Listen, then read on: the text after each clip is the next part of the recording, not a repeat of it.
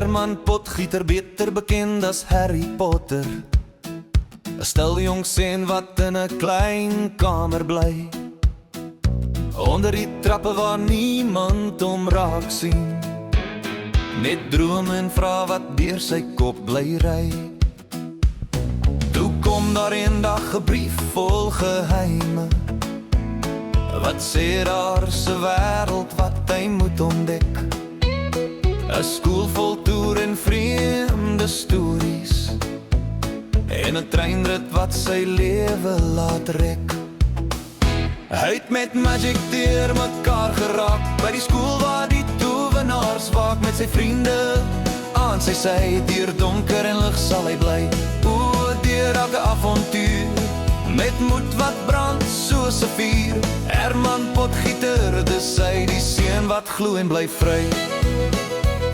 Hy het vriende ontmoet wat langs hom sou staan, hulle lag en hulle veg deur die tyd, in sale vol geheime en bewegende trappe, waar niks ooit heeltemal stil bly. Van sport op besems tot nagtelike gange, en raaisels wat wag in die donker skadu. Elke jaar bring nuwe gevare, maar hy stap aan, want hy moet dit doen. Hy het met magic deur mekaar geraak, by die skool waar die tovenaars waak, met sy vriende aan sy sy. Deur donker en lig sal hy bly, o, deur elke avontuur, met moed wat brand soos 'n vuur. Herman Potgieter, dis hy, die seun wat glo en bly vry. Hy leer van liefde en opoffering,